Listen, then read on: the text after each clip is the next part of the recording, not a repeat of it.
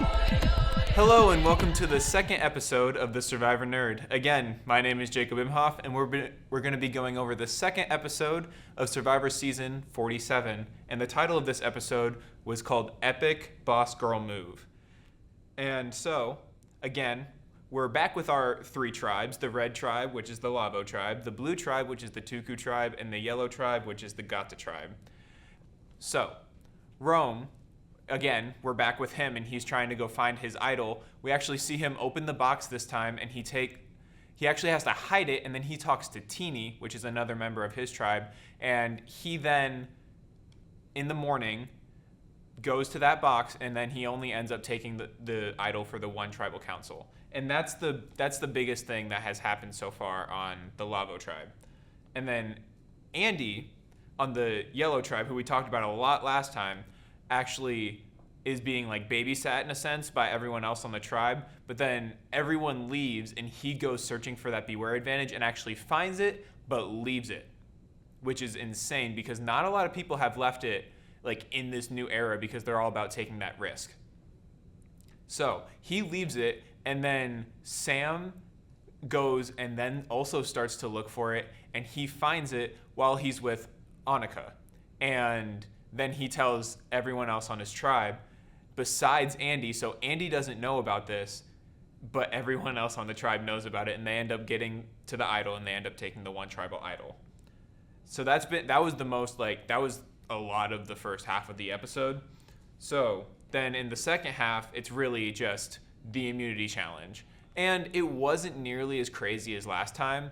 It was a pretty big immunity challenge, and actually Tuku ends up losing that challenge. And after that challenge, TK, who is a pretty big player on blue, ends up blowing up at everyone else on the tribe because Jeff said something along the lines of like, you guys are all smiling. Why are you guys smiling? It's like, we're going to tribal council. And then TK was just like, he wasn't directing it at anyone specifically. He was just saying like, if anyone's smiling, like, we shouldn't be smiling. We're going to tribal council. I'm not okay with people that are okay to lose.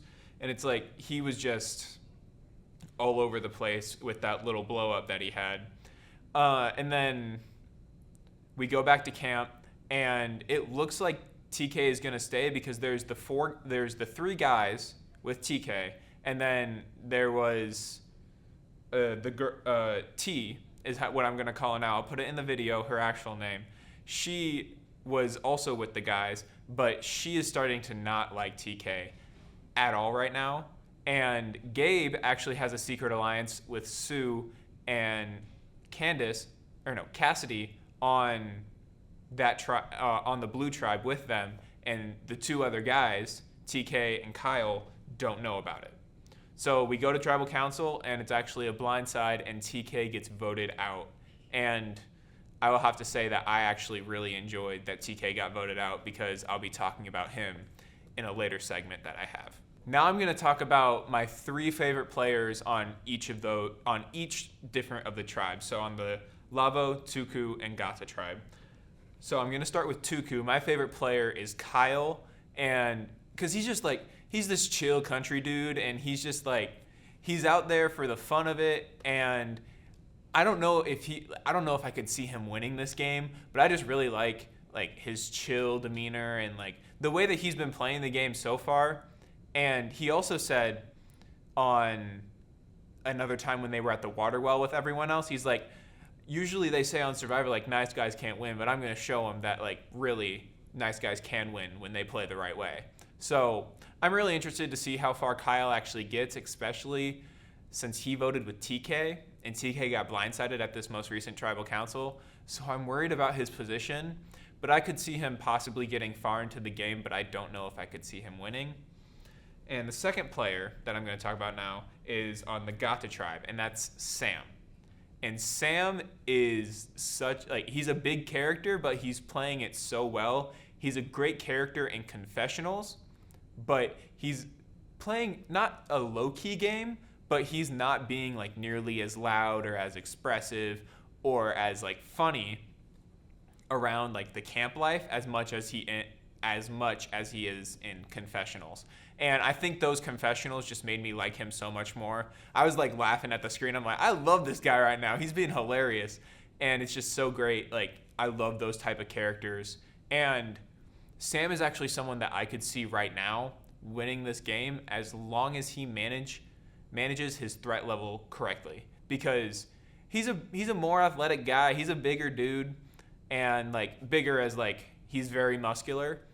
And I could see him being seen as a challenge threat, which a lot of those players, especially in the new era, get voted out pretty quickly because you can go on an immunity run at any time, and that is really scary, like at any point in Survivor. And then for the Lavo tribe, we really didn't get much, and like the most that we got on the Lavo tribe was a lot of drama, and I'll be talking about that in our next segment. But I'd probably say my favorite player is Teeny, and she's a great, like, again, like all these people are just great characters, and like she got that info from Rome, and then she brought Deshawn into it and like showed Deshawn the box, and then Rome walked up on him and she was able to talk her way out of it. And she said in the confessional she loves, like, she prides herself on thinking that she can talk her way out of anything. And I think she did a pretty good job talking to Rome at that point and like making sure that like she was able to get out of that situation. And she's a great character, and she loves the game of Survivor, and I think she's playing a great game so far. Our next segment is who brought the most drama in either a good or bad way on each of the tribe. So we'll talk about Lavo first. And I said this in our last segment. Rome has brought the most drama, and it's not even close. So many people really dislike him, but he just doesn't see it. Like, he's out there, like one of the segments he's like, oh, I could have been a rapper, and then he starts rapping and it's like really bad. And then another time he started like dancing, and he's like, yeah, at one point I was like dancing like Michael Jackson all the time, and I could have been like one of the best dancers. And he was just saying all this stuff about he was pretty much acting cocky the whole time and just saying that he was the best, no one could mess with him, and he was just like, he elevated himself like to the level of like Survivor God, and like no one else was even able to like mess with him. When if they would have went to Tribal, Rome would have been the first one out, and that would have been a great reality check for him. But he also has that idol, so he's not gonna go home first at all because he won't play it for someone else, because that's just the type of player that he is. And he just brought all the wrong drama, because there's good drama and there's bad, like very bad toxic drama, and I feel like he has gotten that really bad toxic drama onto that Lavo tribe.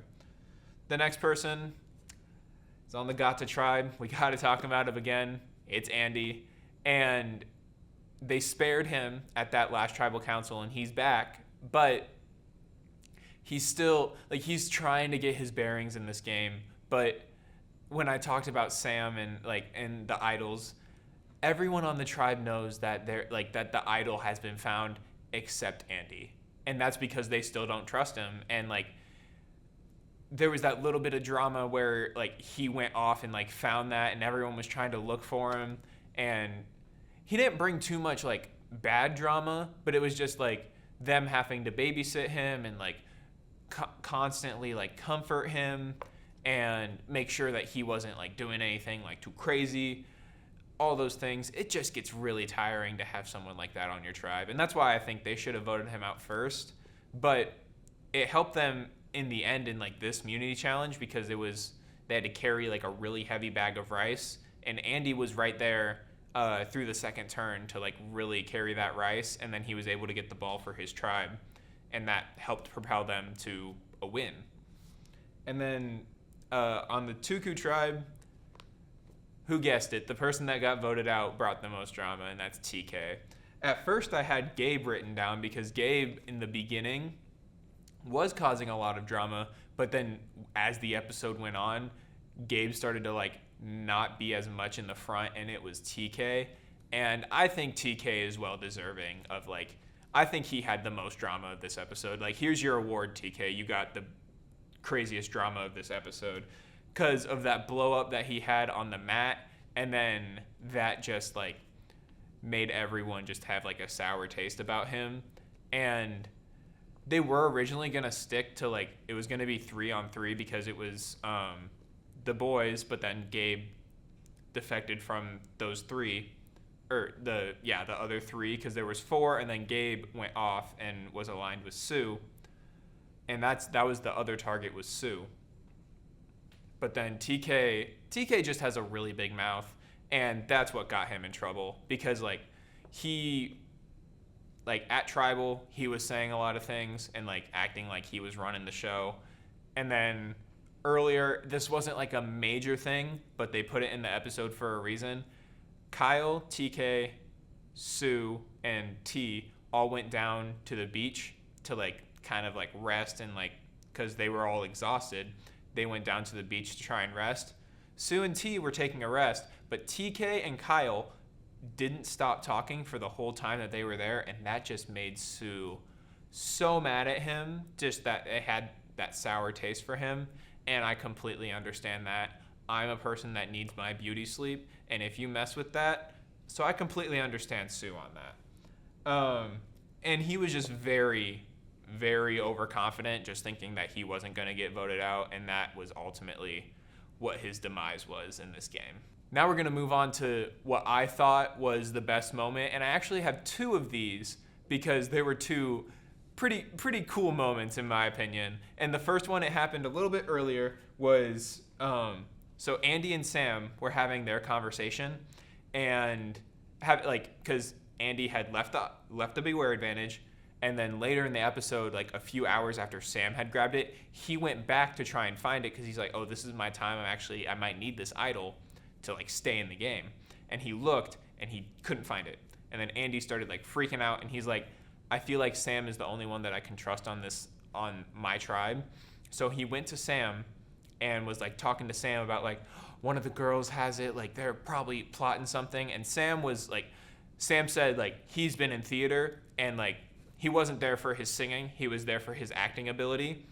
And I understand that because that's what I'm in theater for as well. But he was there for his acting ability. He was just acting so hard, like to Andy. And then we go to a confessional with Sam, and he was like, I felt so bad lying to him, but I was sitting there with the key in my sock, just talking to Andy, talking about how the girls have it. And I started busting out laughing because that was just perfectly timed editing from the producers and the editing team there, just to like put that right after Andy was talking to Sam directly about that key. And then my second moment was at the challenge, because so they had the giant bag of rice, which I talked about earlier with Andy carrying it. They had to slice into that bag and find there was a ball inside that bag of rice. Rachel, who is also on the Gata tribe, actually was like looking in the bag, and she was like, she joked to Andy, she's like, I just want to eat this rice right now, and like acted like she was about to eat raw rice. But during the challenge, she didn't think anyone noticed, but she started grabbing handfuls of rice and putting them into her back pocket, hoping that Jeff wouldn't see that. But then at the end of the challenge, because the cameras see everything, and they zoomed in and like showed us that was happening, and obviously the producers let Jeff know, because Jeff wasn't worried about if someone was putting rice in their pocket. He was more worried about who was going to win. So at the end of that challenge, when the immunity had been handed out, before they left, Jeff was like, hold on a sec, Rachel, by chance during the challenge, did you end up putting rice in your pocket? And Rachel was like, maybe, like, I don't know, you can't prove it. And Jeff's like, empty your pockets. And Rachel had her 2 back pockets full of rice, and again started dying laughing because I thought she was going to get away with it. But again, you can't pull a fast one over on the producers and Jeff. So that going to that immunity challenge now, Gata ended up getting first, and that this was an immunity and reward, so they got a fishing kit as their reward. So Rachel was gonna have some rice with her fish, I guess. But Gata got first, Labo got second, and then Tuku, like I had said earlier, they went to tribal council, and TK got voted out. So see you later, TK. you caused a lot of drama this episode. You made it a good episode, but I'm kind of glad that you're gone, if I'm being honest. I didn't really like you too much during this episode. So that's the end of this episode of The Survivor Nerd. We recapped episode 2 this episode, and then next week we'll be recapping episode 3 and giving my opinions on that episode as well. See y'all later.